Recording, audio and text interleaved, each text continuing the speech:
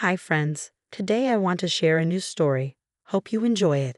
12 years ago, I stood in our family's dusty office, ready to sign a paper that would change everything.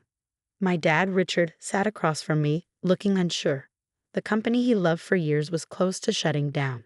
Are you sure, April? He asked, his voice tired. I nodded, trying to hide how nervous I was. I got this, Dad. Trust me. He sighed and signed over control of the company. He wasn't hopeful, he was desperate. The company was sinking, and I was the last chance. The next few years were tough. I changed everything, our old systems, how we worked, even our company culture. I worked long days and sleepless nights, studying the market, creating new products, and convincing clients to believe in us.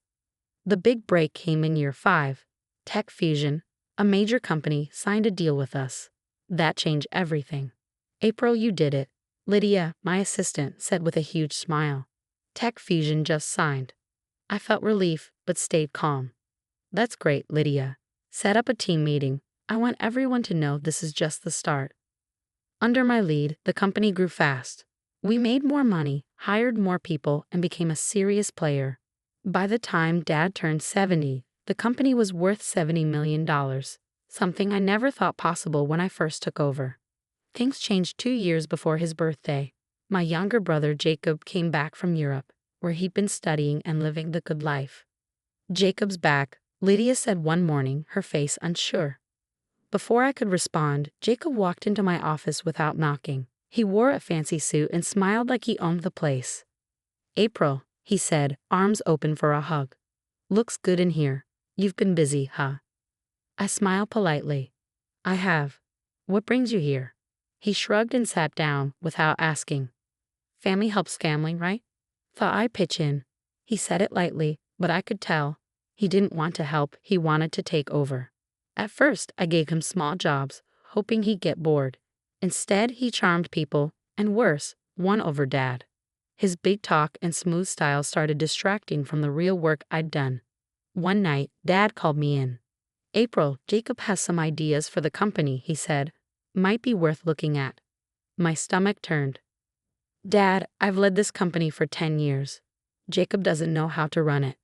I'm just saying, hear him out, Dad replied. The talk ended, but I couldn't shake the feeling something was coming. Later that night, I came back to grab a file and heard voices from Dad's office. She did okay, Jacob said, sounding smug. But she's old news, we need fresh leadership. Dad said nothing. I stepped back, heart racing. The company I saved was being threatened. I clenched my fists. If Jacob thought he could just show up and take over, he was wrong. The hall buzzed with voices during Dad's 70th birthday. It was a fancy event, fancy lights, velvet curtains, exactly the kind of party Dad loved. I stood in the back, sipping champagne, trying to stay calm. Jacob had been too quiet lately. That wasn't a good sign. I saw him laughing with our top clients. He looked confident, but I knew better. He was all charm, no depth. Enjoying the party, April? Jacob's voice interrupted. He stood beside me, smiling like always. I am, I said, keeping my voice cool. Good. Big night for the family, he said, lifting his glass. Before I could say anything else, the sound of clinking silverware filled the room. Dad stood up, glass in hand. Thanks for being here to celebrate, he said, smiling. Tonight, I have an important announcement about our family and the future of the company. My heart sank. This was the moment I had feared. I'm proud to announce that Jacob is taking over as the sole CEO of Barrow Tech, my father declared in a firm, unyielding voice. The room burst into applause, but I stood frozen, crushed by his words. Jacob's smug look made it clear that this was no accident, it was planned. Dad, I said, stepping forward, can we talk about this? He shook his head and waved me off. Not now, April. Let's keep tonight positive. Jacob seized the chance to add insult to injury. Don't worry, sis. You'll always be family, even if your methods are a bit old-fashioned. The crowd's laughter felt like knives scraping against glass. I felt my cheeks burn as humiliation rose up inside me. Later, I pulled my father aside. How could you do this to me? I demanded, my voice trembling. I built this company from nothing. You've done well, April, he said, avoiding my eyes. But Jacob has fresh ideas. It's time for him to lead. Fresh ideas? I scoffed. He has no experience. He's going to ruin everything. Enough, April, he snapped. This is my decision, and it's final. The betrayal hurt more than I could imagine. It wasn't just about the company, it was about being cast aside by the people I fought for. The morning after the party, I entered my office with a new determination. The pain still stung, but underneath it all, a spark of rebellion had started. If my father and Jacob thought they could push me aside without any consequences, they were in for a shock. I grabbed the stack of contracts I had spent years creating. Every deal, every clause, every signature was a part of the empire I had built. Hidden within those pages were protections, not out of mistrust, but to shield the company from outside harm. Now they would protect it from my own family. Lydia, I called, summoning my assistant. She entered quickly, holding a notepad. Yes, April. I need you to pull every active client contract, especially the long-term ones. Check them for any exclusivity clauses, I said steadily. Also, contact it. I want a full report on our proprietary software. Lydia raised an eyebrow. Are you planning something? Let's just say I'm tying up loose ends, I replied mysteriously. By noon, the details began to come together. The contracts clearly stated that clients could end their agreements if the CEO or the leadership team changed without consulting them first. This was a clause I had fought hard to add during negotiations, a safety net for continuity. Jacob probably hadn't even read those terms, and my father had clearly ignored them. Next, I focused on our software. The programs that ran our operations were developed under my direct supervision and were linked to licensing agreements in my name. Without my explicit permission, Jacob couldn't legally use them. That evening, I met with my lawyer, Mark, in his downtown office. I wanted to freeze any unauthorized access to our proprietary systems. I told him, sliding the contracts across the desk, and I need to notify our clients about the leadership change. Mark leaned back, his expression cautious. April, this is bold.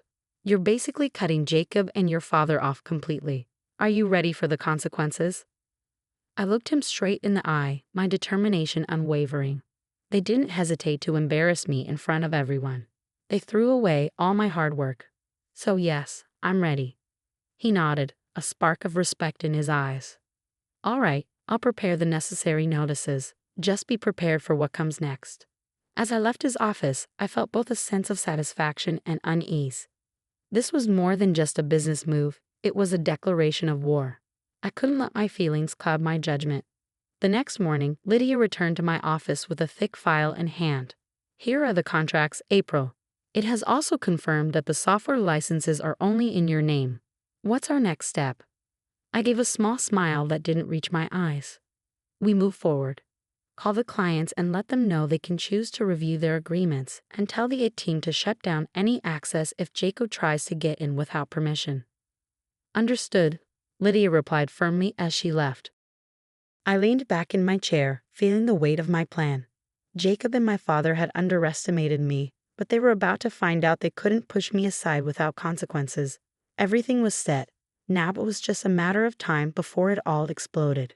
The boardroom was silent as Jacob sat at the head of the table. His confident smile began to fade as he realized the gravity of what I was saying. As of this morning, I started standing tall. Several of our biggest clients have canceled their contracts because of the unauthorized leadership change. Jacob jumped up, red with anger. That's impossible. We've had those clients for years. I kept my tongue calm. Their loyalty was to me. It's all in the contracts you didn't read. You lost them the moment you declared yourself CEO without consulting them. My father slammed his hand on the table, his face filled with fury. April, this is sabotage. No, Dad, I said, looking him in the eye. This is self-defense. You left me no choice when you humiliated me in front of everyone. Last night, I'd sent formal notices to our clients about the leadership change. By morning, nearly half had pulled out, citing a breach of trust. Plus, the IT department had followed my orders to lock Jacob out of our proprietary software, bringing the company's operations to a halt. Jacob started pacing. April, this is madness. You're ruining the company. I gave a bitter laugh. Ruining it? I built this company from scratch. If anyone's destroying it, it's you with your arrogance and poor planning. Just then Mark, my lawyer, entered with a stack of papers. This might help clear things up, he said, handing copies to Jacob and my father. Jacob grabbed them and scanned the papers, his face turning dark. You can't be serious, he muttered. I'm very serious, I said. As the majority shareholder, I own 51% of the company. I can override any decisions made without my approval, including your CEO appointment. My father leaned forward, cold anger in his eyes. You planned this, didn't you? From the moment Jacob returned. I met his gaze without flinching. No, Dad. I planned this when you dismissed everything I built. This isn't revenge, it's justice. The room was tense as Jacob slumped back into his chair, defeated. My father, still in shock, shook his head. You can't do this, April. I already have, I replied. The board will meet next week to discuss the future of the company. Until then, you're both relieved of your duties. I gathered my papers and left, leaving them to deal with the mess they had created. In the hallway, Lydia was waiting. How did it go? She asked. Just as expected, I replied with a small smile. Now we rebuild. The next morning, the office was quiet. People whispered as I walked through the halls. Jacob and my father were out, and I was back in charge. But as I entered the boardroom for the first meeting since the takeover, I still felt uneasy. Lydia followed me inside, looking concerned. I just got a call from HR, she said. Jacob's meeting with some of the tech team. He's offering them double salaries to join a new company. I froze. What are they saying?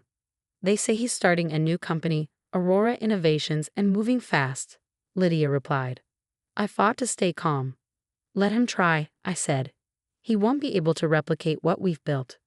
The day went by slowly as I tried to prevent further damage. I met with department heads to reassure them and keep the company on track. By evening, I was tired but determined. As I was leaving, Lydia stopped me again. You need to see this, she said, handing me a tablet. On the screen was a press release from Aurora Innovations, with Jacob's face grinning from the photo. The headline read, New Tech Titan Poised to Revolutionize the Industry. I felt sick as I read the article, which revealed Jacob's plans for a product almost identical to one we had been working on. He's stolen our designs, I muttered. Lydia nodded. And he's rushing to launch before we can. And you? I asked. I lost everything, he admitted. I just want to apologize, April, for everything. I took a deep breath. It's not about the apology, Father. It's about learning from this. I won't let the company or myself be undermined again. As he left, I looked out the window at the city. Jacob's betrayal had pushed me to my limit, but now I was stronger, ready to face whatever came next. Friends, what do you think of this story? Write your opinion in the comments. Would you like more stories? Don't forget to subscribe and hit the bell button so you don't miss any videos. See you tomorrow.